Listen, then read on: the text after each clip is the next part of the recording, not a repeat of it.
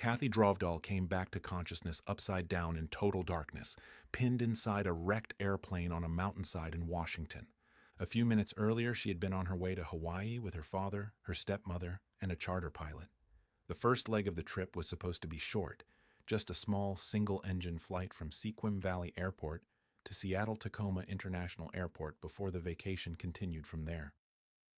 It was early on January 14, 1995, and the Cessna 172 had lifted off from the Olympic Peninsula before daylight.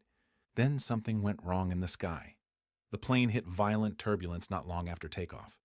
Kathy felt the small aircraft shake and heard sounds no passenger ever wanted to hear. The pilot, Chris Armstrong, reported trouble and turned back toward Sequim. The flight was only minutes old, but the mountains and trees below them were no longer scenery. They had become the next danger. Inside the aircraft, Kathy and her stepmother knew there was almost no time. The passengers had only a couple of minutes to understand that the plane might not make it back. Kathy later said she and her stepmother prayed, though the exact words were lost to the fear and impact that followed. She remembered asking for comfort. She remembered the feeling that whatever happened next, she was not alone. The Cessna kept flying, crippled over Blyn Mountain, about 10 miles east of Sequim.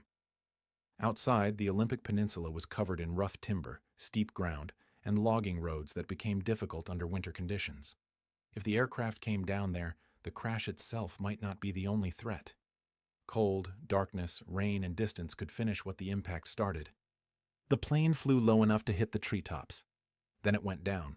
The impact killed Boone Cameron, Kathy's father. It killed her stepmother, Kathy Cameron. It killed the pilot, Chris Armstrong. The aircraft did not explode. It did not burn.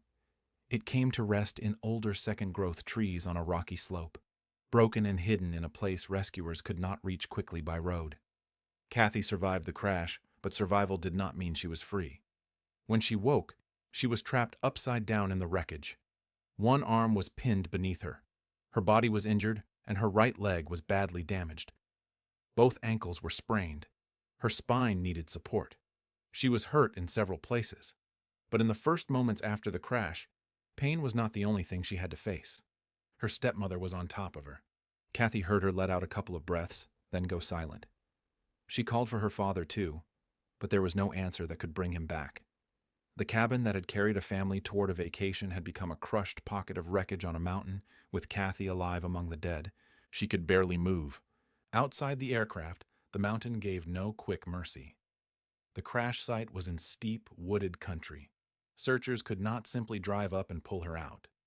The plane's emergency locator beacon helped guide them, but rain, fog, low clouds, and rough access slowed the response. A Coast Guard helicopter had been used in the search, but conditions made the work difficult. Hours passed. The detail that made her survival even more frightening was the timing. This was not a crash beside a highway with people already watching. It happened before sunrise, in timber, in bad weather, on a slope where rescuers had to work their way in. For hours, Kathy's life depended on a beacon being heard, a wreck being found, and strangers refusing to stop until they reached her. Kathy remained in the wreckage, injured and pinned, waiting for voices that did not come quickly. Her stepmother's body helped keep her warm, a terrible protection in the cold. The same wreckage that trapped her may also have shielded her from worse exposure. But the danger was still there. Shock could deepen. Cold could settle into the body. Blood loss and injury could pull a survivor under quietly, long before rescuers reached the site. She had no way to walk out. All she could do was stay conscious enough to be found. Search parties finally reached the crash site on foot after tracking the aircraft's signal. By then, Kathy had been trapped for hours. The wreckage was not open enough for rescuers to pull her free by hand. The fuselage had to be cut and pried apart. Deputies and rescue workers used tools to reach her, working against terrain, damaged metal, and time. Paramedic Matt Newell reached Kathy and stayed with her while rescuers worked to open a route for the ambulance. He was with her for hours, keeping her calm, speaking to her, and helping her hold on while crews dealt with the blocked logging roads and the difficult site. Fallen trees had to be cleared before the ambulance could reach her. The rescue became its own ordeal. Kathy was alive, but every delay mattered. She had already survived the crash, the cold, the darkness, and the hours of being trapped. Now she had to survive being extracted from wreckage without worsening injuries that were already severe. Rescuers had to be careful and urgent at the same time. Too much force could hurt her further. Too much caution could cost her the time she had left. After about 10 hours trapped inside the wreckage, Kathy was finally freed. She was taken from Blyn Mountain and transported for medical care. Early reports listed her in serious condition with a broken leg and other injuries.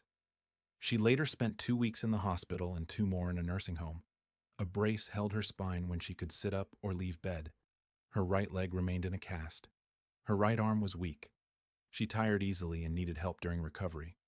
But she was alive. The crash investigation began with the wreckage and the last radio calls. The aircraft had departed Sequim Valley Airport around 5 in the morning on a charter flight to Seattle-Tacoma. About 10 minutes later, the pilot reported mechanical problems after the plane encountered violent turbulence. The aircraft disappeared from radar shortly after that. Searchers found it later that morning on Blyn Mountain. For the families, the facts could only explain the mechanics of the loss.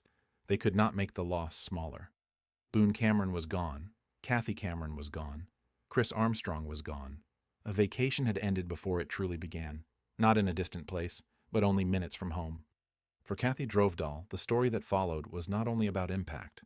It was about the hours after impact, when the plane had stopped moving and the mountain had become the second threat. She had survived the fall, but she still had to endure the wreckage, the cold, the isolation, and the knowledge that the people she loved were not answering her. She later spoke about the crash through the lens of faith. She said the plane felt filled with peace, not fear during those last moments. She said the experience strengthened what she believed. To someone outside her body, trapped upside down in a wrecked aircraft for 10 hours sounded almost unbearable. To Kathy, the memory was filtered through the comfort she said she felt while waiting to be rescued. That did not make the crash gentle. It did not erase the pain in her body or the deaths around her. It did not change the mountain, the darkness, the damaged fuselage, or the long work it took to get her out. But it showed how a survivor's mind sometimes finds one place to stand when everything else has collapsed. Kathy Drovdahl did not walk away from Blyn Mountain. She was cut out of it. She was carried out after hours of waiting in a place where one wrong injury, one colder hour, or one failed signal could have ended the story before rescuers arrived. The crash killed 3 people and left 1 woman alive in the wreckage. Her survival came through impact, injury, cold, and time. She lived long enough for the searchers to find the plane, long enough for rescuers to reach her, and long enough to be pulled from the crushed metal that held her on the mountain. Thank you for listening to Horrifying Survival Stories. Subscribe for more stories of those who faced the impossible and lived.